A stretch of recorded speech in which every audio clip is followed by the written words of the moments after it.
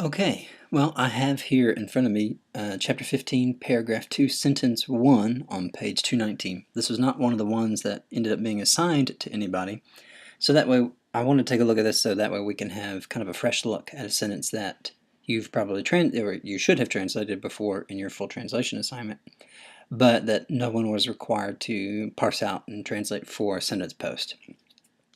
So as you can see up here, if you follow my cursor, I've already got the parentheses plugged into the sentence so that way it'll be easier for me to go ahead and type all these things in. So let me read the sentence first and then we'll begin. Metatauta epigenoskon Jesus hoti autos meles darothenai kai apothanein mekete echon kairon meta ton idion ekalasen autus pros heoton hina eulogese autos kai phonorose tena gupen autu peri auton. Okay, so the first thing we start out with is the word meta here. We recognize that it is a preposition.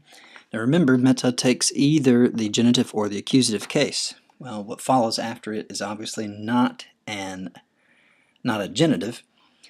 And so then we have tauta. Tauta could be, just the form could be either nominative or accusative, but because it's the object of the preposition, we know that it is neuter plural accusative of hutos, the demonstrative pronoun. So metatauta, after these things. Epigenoskon, you recognize that is that root there, that verb stem is epigenosko, to recognize or something like that, and that omega nu ending is the masculine singular nominative ending for the present active participle, so it's masculine singular nominative as well. Jesus is our subject. He's also masculine singular nominative. And autos is, again, third person of the third person pronoun, and it is also masculine singular nominative because it refers back to Jesus. Jesus is the antecedent. So mele is from the verb mello, I'm about to, or something along those lines. It's present active indicative third singular. Remember, mello it usually takes a complementary infinitive, and so when you see a verb mellow, you should expect an infinitive form behind it, and that's precisely what we have here. Now, one of the verbs that you learned this time around is stauroo. Notice that you have the verb stem, staur, and then the contract vowel. In the lexical form, it's stauro, and it's omicron omega there at the end. Now that contract vowel always elongates before certain kinds of endings, which we will see later on below. The thenai ending here is the aorist passive infinitive ending. So what we have here is aorist passive infinitive of stauroo. So stauroo means I crucify, staurothenai means to be crucified, aorist passive infinitive. Apothanein, you recognize that this is apoth from apothnesko. We notice here then that the lexical form is alpha, pi, omicron, theta, nu, apothnesko. Well, here we have a stem change. Remember, if you are remembering your principal parts, apothnesko takes a second aorist. The third principal part is the aorist form, and so this thon here indicates that to us that there has been some stem change. So this is not a present active infinitive, it is a second aorist active infinitive. Now, I have not told you to differentiate between first and second aorists in your parsing. I think that it's wise to, but I will not require it for you. I don't remember if Dr. Oster or Dr. Black required it in their Greek readings classes. That being said, if you can recognize the difference, it's usually a good idea to indicate that. So, going on, let's translate this first half of the sentence here. After these things, Jesus, recognizing that he is about to be crucified and to die. So you have after these things, Jesus recognizing And honestly, I think one of the easiest ways to do this was just set this apart in your translation with commas. So I'll come down here, and so still have the caps lock on, sorry. After these things, Jesus, recognizing that he is about to be crucified and to die, comma. So this is where we stopped off. Meketi ekon chiron metaton ideon.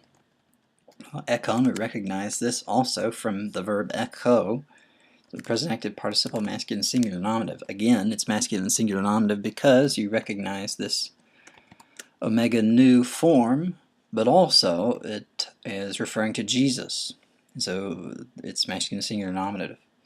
Chiron is the object of this participle here. Jesus was no longer having time. Masculine singular accusative with ton ideon. With his own, with the ones of his own. So like I was saying earlier about meta, up here at the top, meta can take either the genitive or the accusative. What we have here is genitive plural, and the people referring to in the context of the story are his disciples. So meta tone, auton, masculine plural genitive, and also masculine plural genitive. So let's translate this whole phrase here that's highlighted. No longer having time with his own.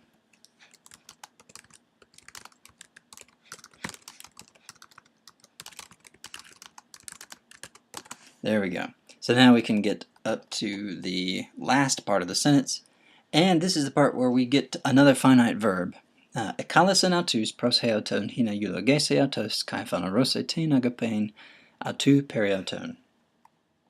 So ekalesin, recognize that from kaleo, kaleo takes a first aorist, and so we have first aorist active indicative, third singular. Now I have noticed here that the form is kaleo, an epsilon omega contract form, and yet here it is not lengthened. The contract verb, or contract vowel, excuse me, is not lengthened. This is one of the peculiarities of this particular form, but they are lengthened in the future. For example, kaleso spelled with an epsilon, excuse me, spelled with an eta sigma, kaleso. So, first aorist active indicative, third singular. Autus, again, it is in reference to the disciples, so masculine plural accusative. Call them to himself, masculine singular accusative, in order that, okay, so we see hina, and it is followed by what appears to be a subjunctive, and that is correct. So hina is one of our red flag words. So I have put that in red and bolded it just for your benefit to recognize this is a red flag word. We should be anticipating a subjunctive after this. In order that he might bless them. So eulogeo is our lexical form, and here's an instance where the contract vowel does actually elongate before sigma.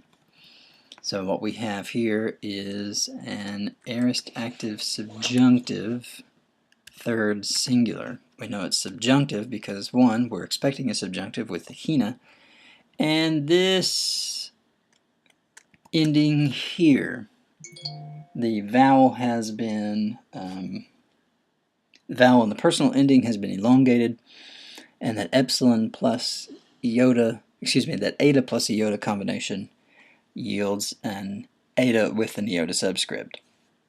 Now, aorist active indicative, third singular, there is no stem change, so it's a first aorist active indicative, third singular.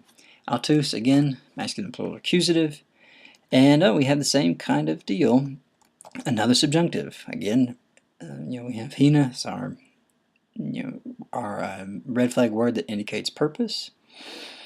So in order that he might bless them and he might reveal. Reveal from phanero'o. Again, we see here that the contract vowel has been elongated. Contract vowel has been elongated. And so we have here another first aorist active subjunctive third singular phanero'o. And the rest of these are really straightforward. Feminine singular accusative, of him, meaning his love. This is masculine singular genitive. And concerning them, really the idea is his love for them. So masculine plural genitive. So let's translate this last section here.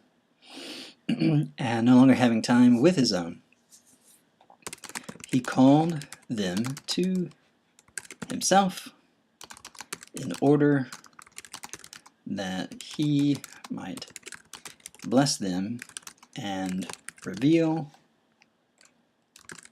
his love concerning them.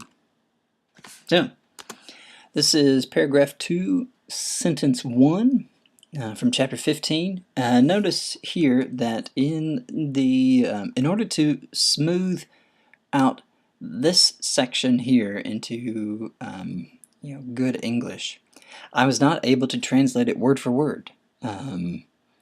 It's pretty close. It's pretty close, but I had to insert some. I had to use some different arrangements to really make sure that we could capture the participle, recognizing this participle epiginoskon, and so we could have that participial phrase followed by the next participial phrase, and then finally getting to finite verb here. We do have a finite verb up here, but it really goes with the rest of this, and so you cannot be too strict about trying to translate word for word. As I've said a number of times, and this sentence is a good example of why you don't need to do that. So thank you very much for your attention, and we will